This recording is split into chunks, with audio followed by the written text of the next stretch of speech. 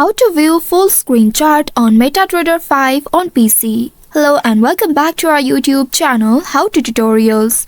In today's video, I'm going to show you how you can view a full screen chart in MetaTrader 5 on your PC. To do so, first of all, open your MetaTrader 5 application on your device and ensure that you are logged into your account. Once you are logged into your account, you will land on this home page. Here now, you will need to look at the left side. There, click on this view menu.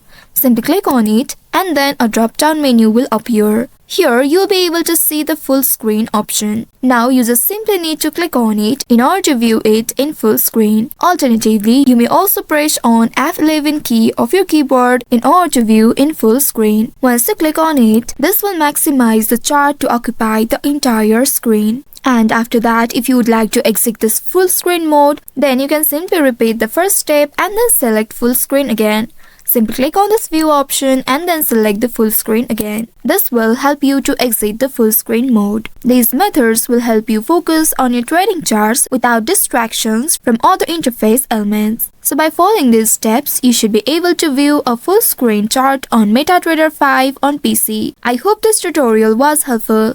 If yes, don't forget to like, share and subscribe to our channel.